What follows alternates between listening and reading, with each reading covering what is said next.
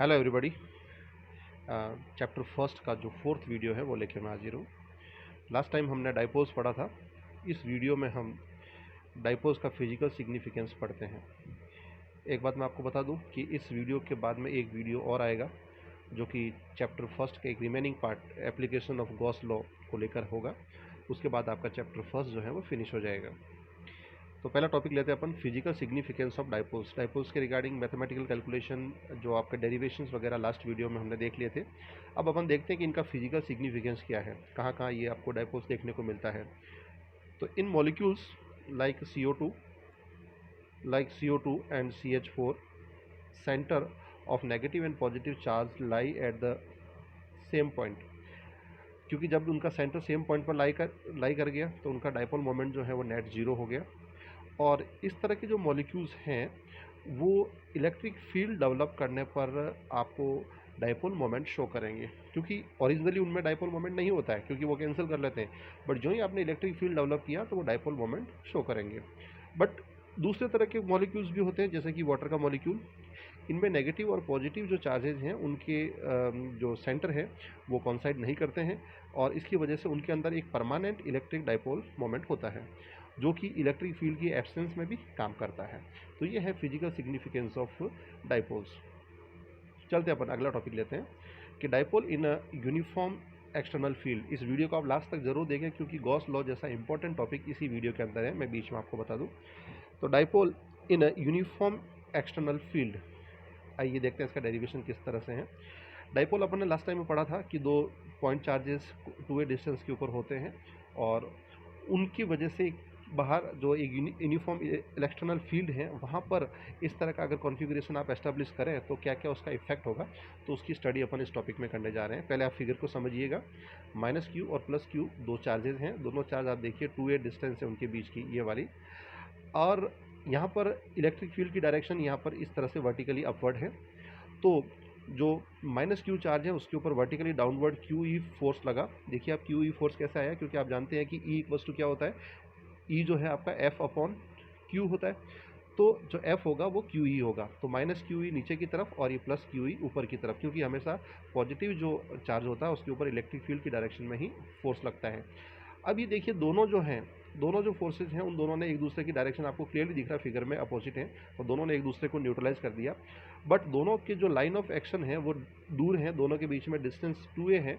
तो यहाँ पर एक जो टॉर्क डेवलप होगा यही अपन इस टॉपिक में पढ़ने वाले हैं। तो देखिए given is a system of permanent dipole of moment v। ये परमानेंट डाइपोल है जो कि इलेक्ट्रिक फील्ड की एब्सेंस में भी काम करता है, जैसे कि अपन ने लास्ट टाइम पढ़ा था H2O water molecule. Forces on Q and -Q are respectively QE and -QE respectively। The net force दोनों के ऊपर जीरो हो गया on the dipole because E is uniform, क्योंकि दोनों के लिए E सेम है और Q दोनों का चार्ज अपन पहले से सेम लेके चल रहे हैं, तो Q और E का प्रोडक्ट सेम होगा। एक की डायरेक्शन और दूसरे की डायरेक्शन एक दूसरे के अपोजिट है, तो दोनों फोर्स का जो वेक्टर सम है वो जीरो होगा। Since charges are separated by a distance 2a, ये डाइपोल का बेसिक कंडीशन है कि जो चार्जेज हैं उनके बीच में डिस्टेंस 2a होता है। So there will be a torque on the dipole. और इस टॉर्क का जो मैग्नीट्यूड है वो अपन कैसे निकालते हैं, टॉर्क लास्ट आपने क्लास 11th में भी पढ़ा था। तो टॉर्क का कॉमन कॉन्सेप्ट होता है magnitude of force and perpendicular distance between their line of action. तो ये चीज़ अपन इसके फिगर में भी लगाते हैं। अब आप देखिए फिगर में आपको क्लियरली दिख रहा है ये जो डॉट डॉट लाइन है ये इंक्लाइंड है, परंतु दोनों जो लाइन ऑफ एक्शन है यानी कि ये डाउनवर्ड एरो और ये अपवर्ड एरो, उनके बीच में डिस्टेंस निकालने के लिए हमने ये बोल्ड लाइन ड्रॉ की है। बोल्ड लाइन ड्रॉ करते ही आपको क्लियरली दिख रहा है ये एक राइट एंगल ट्रायंगल बन गया। ये राइट एंगल ट्रायंगल आपको क्लियरली दिख रहा है। इस राइट एंगल ट्रायंगल की ये जो साइड है ये साइड आपको निकालनी है। इसके लिए पहले समझिए कि इलेक्ट्रिक फील्ड E और डाइपोल जो मोमेंट है P, उन दोनों के बीच में एंगल है थीटा। ये थीटा एंगल इसके वर्टिकली अपोजिट इधर भी थीटा होगा और साथ में इसके पैरेलल होने की वजह से ये वाला भी थीटा होगा। अब एक राइट एंगल ट्रायंगल बन गया। इस राइट एंगल ट्रायंगल में थीटा के अपोजिट परपेंडिकुलर P आपको निकालना है। H आपको यानी हाइपोटेनियस 90 के अपोजिट पहले से पता है 2a, तो P/H equals to sine theta होगा। तो इसकी वजह से ये जो आएगा 2a साइन थीटा आ जाएगा, यानी कि दोनों जो फोर्स की जो लाइन ऑफ एक्शन है उनके बीच में perpendicular distance 2a sine theta हो गई। तो आइए वापस, मैग्नीट्यूड की जगह आपने लिखा QE और डिस्टेंस परपेंडिकुलर डिस्टेंस दोनों के बीच में होगी 2a साइन थीटा, और जब इसको रीअरेंज करेंगे तो 2QA E sine theta. And its direction is, अच्छा डायरेक्शन की बात आपको पहले से पता है, क्रॉस प्रोडक्ट में अपन राइट हैंड जो रूल है फिंगर्स को टर्न करते हैं थंब की डायरेक्शन, तो it will be normal to the paper, जिस पेपर पर आप लिखते हैं उसके नॉर्मल, दस tau vector, tau is P cross E, और आप P के लिए पहले ही जानते हैं डाइपोल मोमेंट क्या होता है, Q इंटू 2A, और Q इंटू 2A इस आप इक्वेशन से Q और 2A को सेपरेट कर दीजिए, पीछे आपको E और साइन थीटा मिलेगा, तो E आपने यहाँ लिख दिया और क्रॉस प्रोडक्ट में साइन थीटा एडजस्ट हो गया। This torque will try to align the dipole with E, इस टॉर्क की वजह से ये डाइपोल जो है ई की डायरेक्शन में यानी इलेक्ट्रिक फील्ड की डायरेक्शन में अलाइन होने की कोशिश करेगा, और जब डायरेक्शन दोनों की सेम हो जाएगी तो आपका यहाँ पर थीटा जीरो हो जाएगा, और साइन थीटा की वैल्यू जीरो होते ही आपका जो टॉर्क है वो भी जीरो हो जाएगा। चलिए अब यहाँ पर एक इंपॉर्टेंट बात करते हैं अपन कि ये तो चलो यूनिफॉर्म इलेक्ट्रिक फील्ड की बात हो गई, but what happen when E is not uniform, यानी इलेक्ट्रिक फील्ड यूनिफॉर्म ही नहीं हो, तो उस वक्त आपके both Q and minus Q will B with different force, जो अभी इक्वल थे वो फोर्स आपके डिफरेंट हो जाएंगे क्योंकि दोनों के लिए ई डिफरेंट है, hence net force will not be zero and also have the different amount of torque, और उनका टॉर्क का अमाउंट भी डिफरेंट होगा, हर कंडीशन में आपको डिफरेंट डिफरेंट टॉर्क मिलेगा। तो अपन एक सिंपल केस कंसिडर करते हैं, और वो सिचुएशन इस तरह की है कि P इज़ पैरेलल, और दूसरा लेते हैं अपन एंटी पैरेलल टू ई, यानी कि डाइपोल मोमेंट और इलेक्ट्रिक फील्ड दोनों एक दूसरे के पैरेलल, और दूसरे बार एंटी पैरेलल, पैरेलल के लिए थीटा होता है 0 डिग्री और एंटी पैरेलल के लिए 180 degree. Then torque will be zero, क्योंकि टॉर्क जीरो क्यों होगा, क्योंकि आप देखिए प्रीवियसली आप टॉर्क P क्रॉस E यानी साइन थीटा में जीरो रखने पर साइन जीरो की वैल्यू भी जीरो होती है और साइन 180 की वैल्यू भी जीरो होती है।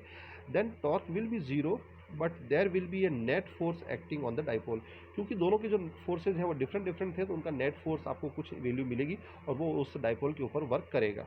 अब देखिए पहला कंडीशन लेते हैं कि P और E जो है वो दोनों एक दूसरे के पैरेलल हैं, यानी कि डाइपोल मोमेंट और इलेक्ट्रिक फील्ड पैरेलल।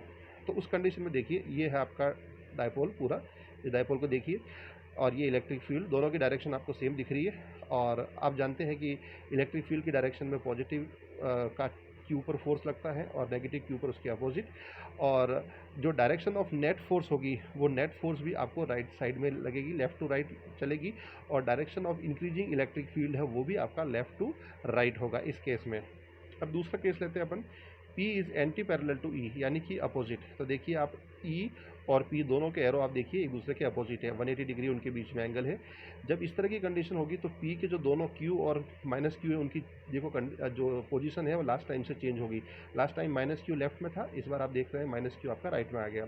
तो ऐसा होते ही क्या होगा कि जो डायरेक्शन है F, जो फोर्स ऑन Q अभी भी E की डायरेक्शन में, और force on minus Q charge वो इलेक्ट्रिक फील्ड के जो अगेंस्ट, और डायरेक्शन ऑफ नेट फोर्स इस बार आपका राइट टू लेफ्ट होगा, क्योंकि डायरेक्शन ऑफ नेट फोर्स जो है वो अलोंग द P होगा।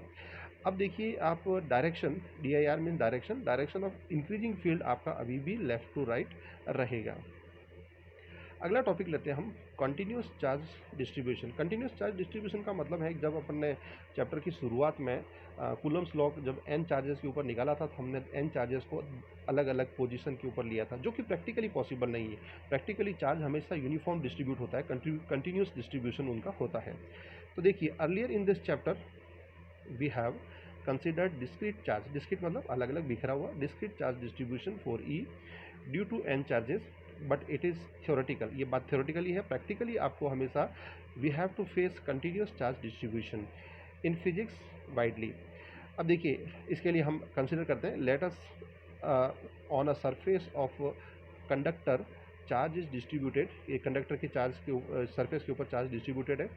Then we consider a small area element delta S, delta S अपने कंसिडर किया, और having small size but having huge number of charges in it that is delta Q, और इस delta S जो आपने area element लिया उसके अंदर चार्ज जो है वो डेल्टा क्यू है। देन द टर्म, यहाँ पर एक नई टर्म इंट्रोड्यूस होती है, उस टर्म का नाम है सरफेस चार्ज डेंसिटी, जो कि सिग्मा उसका सिंबल है, और it is given by sigma equals to delta Q upon delta S, यानी सरफेस चार्ज डेंसिटी। आप कैसे याद रखेंगे, एस जो है वो सरफेस से, तो आप सरफेस चार्ज डेंसिटी, अब इसकी आप ऐसा यूनिट देने जाएंगे तो ऊपर क्या आ रहा है क्यू, देखिए आप क्यू मतलब चार्ज, चार्ज मतलब कूलम, और नीचे S area that is metre square, तो इसकी ऐसा यूनिट होगी कूलम पर मीटर स्क्वायर। अब सिमिलरली ये तो होगी एरिया की, पर अगर आप लेंथ कंसीडर करेंगे तो देखिए let us consider a wire of finite length, तो उस कंडीशन में स्मॉल लाइन एलिमेंट आप जिस प्रकार आपने अभी डेल्टा एस लिया था उसी तरह आप डेल्टा एल लेंगे इस बार along its length, with charge delta Q, और उस डेल्टा एल लेंथ के ऊपर चार्ज डेल्टा क्यू है जो कि कंटिन्यूस डिस्ट्रीब्यूटेड है। देन लीनियर चार्ज डेंसिटी, यहाँ पर नई टर्म आ गई, linear charge density that is lambda, it is given bye same format, आप देखिए सिग्मा की तरह, तो delta will be delta Q upon delta L, change किया है, नीचे जो डेल्टा एस की जगह डेल्टा एल आ गया। अब इसकी ऐसा यूनिट देने जाओगे आप तो वो बन जाएगी कूलम पर मीटर। इसी तरह से क्योंकि जब लाइन की बात हो गई, एरिया की बात होगी, तो तीसरी कंडीशन वॉल्यूम भी आ सकती है। तो similarly consider volume charge density rho as, और रो का जो फॉर्मूला बनेगा वो उसी पैटर्न पे previously delta Q upon delta we, तो उसकी आप ऐसा यूनिट देने जाओगे तो कूलम पर मीटर क्यूब आएगी। अब जब चार्ज कंटिन्यूस डिस्ट्रीब्यूट होता है तो अब अपन देखना चाहते हैं कि उस कंटिन्यूस चार्ज डिस्ट्रीब्यूशन की वजह से किसी पॉइंट के ऊपर इलेक्ट्रिक फील्ड कैसे निकाला जाए। तो उसका एक छोटा सा एग्जांपल अपन लेते हैं, where delta Q is the charge included by volume delta V. अब देखिए आप, इलेक्ट्रिक फील्ड ये टॉपिक है, electric field due to volume element delta V can be given as, figure को समझिए आप, फिगर में ये जो है ओ ओरिजिन है, ओरिजिन ये जो पूरी सरफेस ली हमने, सरफेस के ऊपर ये आपको छोटा सा बॉक्स दिख रहा है, ये वॉल्यूम एलिमेंट लिया अपन ने। इस वॉल्यूम एलिमेंट का जो पोजीशन वेक्टर ओरिजिन के रेफरेंस में है आर, और इस पॉइंट पी हमने एक बाहर लिया है, और उस पॉइंट पी पे हम इस डेल्टा वी की वजह से इलेक्ट्रिक फील्ड निकालना चाहते हैं, और पॉइंट पी का जो पोजीशन वेक्टर है वो आर है, और डेल्टा वी यानी कि जो आपका वॉल्यूम एलिमेंट है जहाँ पर आप चार्ज कंसिडर कर रहे हैं, और पी जो कि आपका टारगेट पॉइंट है, उनके बीच के डिस्टेंस को आपने आर डेस मार्क किया है। फिगर समझने के बाद आइए इधर, let delta V be the volume element and rho be the volume charge density, then delta Q equals to rho delta V। कहाँ से, ये ऊपर वाला फॉर्मूला देखिए आप, इसको क्रॉस मल्टीप्लाई कीजिए डिनोमिनेटर में डेल्टा V को उधर, तो delta Q equals to rho delta V will be charged in delta V। Consider a point P outside the object with position vector R, ये बात अभी अपन कर चुके हैं। Small r is the position vector of delta V and r dash is the distance between delta V and P, then electric field at P due to charge delta Q will be given by. अब आप जो charge electric field देंगे, electric field का आपको formula पता है क्या था, 1/4πε0 क्यू अपॉन आर स्क्वायर। तो क्यू चार्ज की जगह इस बार आ गया आपके पास रो डेल्टा वी, बाकी सब कुछ देखिए आप फॉर्मेट वैसा का वैसा है, 1/4πε0 क्यू की जगह आ गया रो डेल्टा वी, क्योंकि आप ऊपर देखिए क्यू यानी डेल्टा क्यू की वैल्यू दे रखी है। जब क्यू आपका डेल्टा में है तो इधर आप देखिए इलेक्ट्रिक फील्ड भी आपका डेल्टा में आएगा, और साथ में distance between them it is R डेज, तो ये आर डेज का स्क्वायर है, इसको आप आर 12 मत ले लेना, this is square of R डेज, और साथ में उसकी यूनिट वेक्टर जो कि डायरेक्शन के लिए r dash cap. R dash cap is unit vector directed from delta v to P, और if delta v tends to zero, जब डेल्टा वी आपका इतना स्मॉल हो कि टेंड्स टू जीरो हो, तो अपन इस एंटायर फील्ड की वजह से पी पर जो इलेक्ट्रिक फील्ड निकाल सकते हैं, जो कि मैथ्स के इंपॉर्टेंट टूल इंटीग्रेशन के थ्रू आप निकाल सकते हैं, जो कि ऑनवर्ड्स अपन एक्सरसाइज में और ऑनवर्ड्स क्वेश्चंस में करेंगे। अब आइए बहुत इंपॉर्टेंट टॉपिक गॉस लॉ, इस चैप्टर का सबसे इंपॉर्टेंट टॉपिक गॉस लॉ की बात करते हैं। गॉस लॉ क्या है? गॉस लॉ की बेसिकली ये है कि इलेक्ट्रिक फ्लक्स कैसे निकालते हैं क्लोज सरफेस के लिए, उसके लिए गॉस लॉ यूज़ होता है। समझिए एक एक स्टेप को ढंग से। This law is the most important law in electrostatics. It allows you to find electric flux passing through a close surface, यानी क्लोज सरफेस से जितना भी इलेक्ट्रिक फ्लक्स निकलता है उसकी आप कैलकुलेशन इस लॉ से कर सकते हैं। आइए समझते हैं। सबसे पहले अपन एक स्फेरिकल सरफेस लेते हैं। Let us consider a closed spherical surface, यानी एक स्फीयर लिया आपने, उसकी रेडियस r है, और उसके सेंटर के ऊपर आपने पॉइंट, जो सेंटर पॉइंट है उसके ऊपर एक पॉइंट चार्ज q सपोज किया है।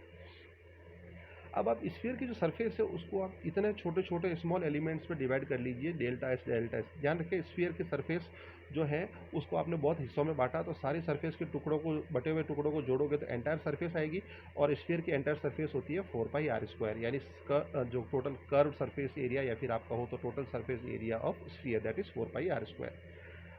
अब अपन फ्लक्स निकालते हैं। फ्लक्स प्रीवियस आर्टिकल में आपने पढ़ रखा है, फ्लक्स क्या होता है, delta phi equals to E dot delta S, यानी इलेक्ट्रिक फील्ड और जो आपका एरिया एलिमेंट है दोनों का डॉट प्रोडक्ट यानी कॉस थीटा के साथ होता है। अब यहाँ पर ई, ध्यान रखें मैं ई को रिप्लेस कर रहा हूँ। ई इलेक्ट्रिक फील्ड किसकी वजह से है? क्यू की वजह से, तो ये आएगा क्यू अपॉन 4πε0 r²। क्यों लिखा? फिगर को समझिए आप। डेल्टा एस जो है, ये जो बिल्कुल आपको हल्का सा राउंड दिख रहा है, ये डेल्टा एस है, और क्यू और डेल्टा एस के बीच में डिस्टेंस इस स्फीयर की रेडियस आर के बराबर है, और आर कैप जो है इसी की डायरेक्शन में, इलेक्ट्रिक फील्ड की डायरेक्शन में डायरेक्टेड यूनिट वेक्टर है, और डेल्टा एस आपका छोटा सा स्मॉल एरिया सरफेस है, where R cap is the unit vector from centre to area element delta S.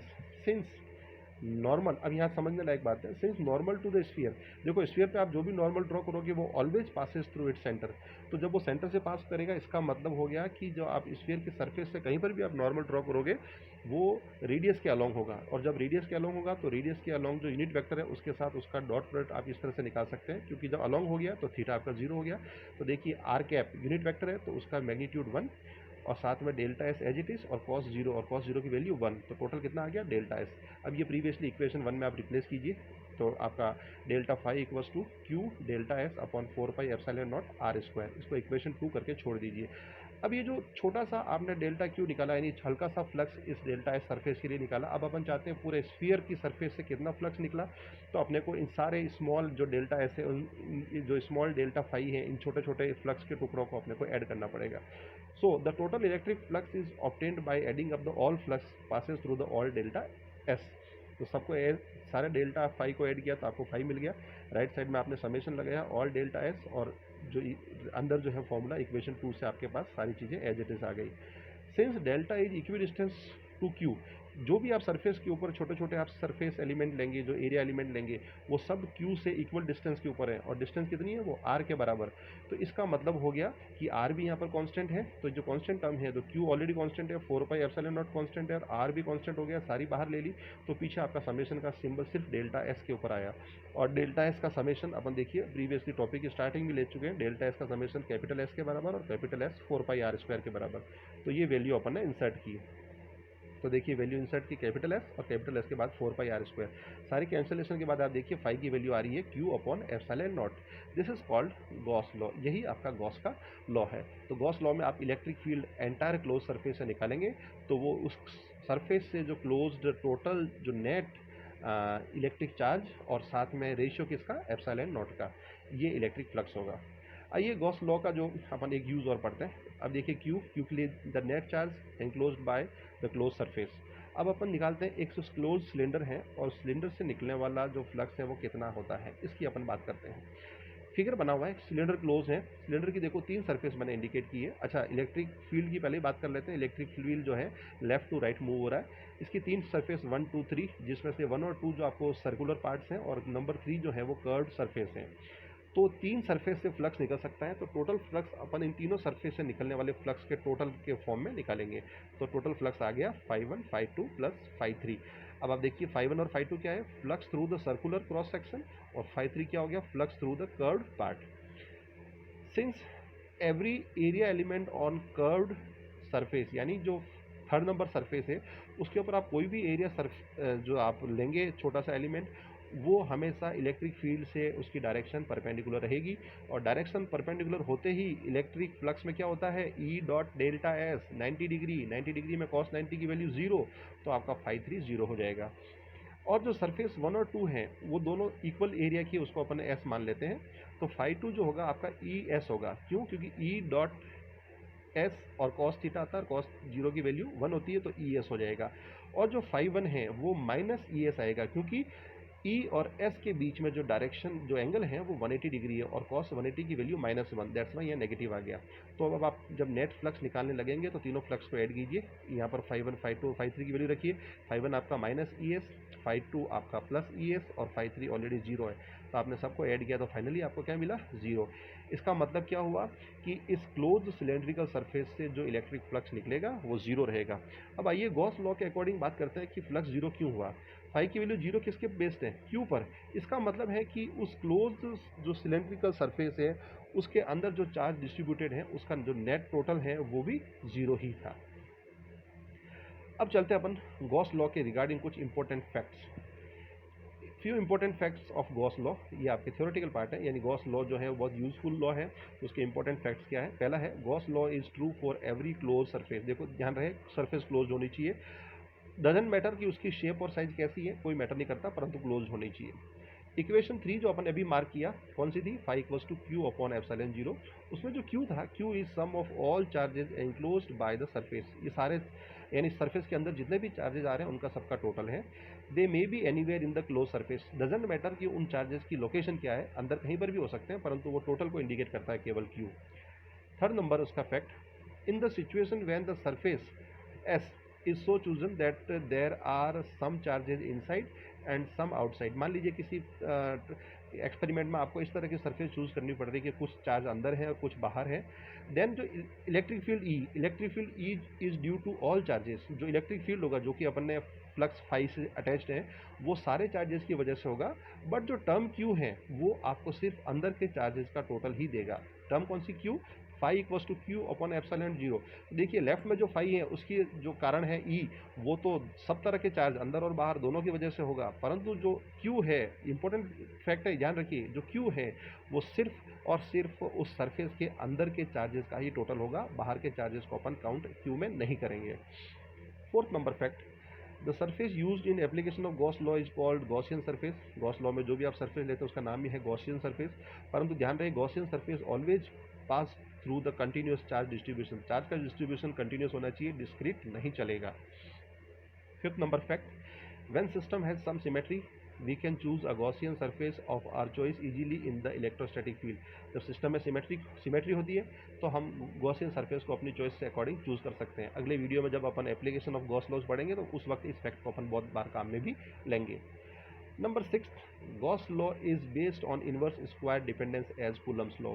जो फिजिक्स के फंडामेंटल लॉज हैं जो इनवर्स स्क्वायर लॉ पे डिपेंड करते हैं, गॉस लॉ भी उनमें से एक है जो कि इनवर्स स्क्वायर लॉ पे डिपेंड करता है। Thank you so much. अगला वीडियो इस चैप्टर का जो लास्ट वीडियो है ज़रूर देखिएगा।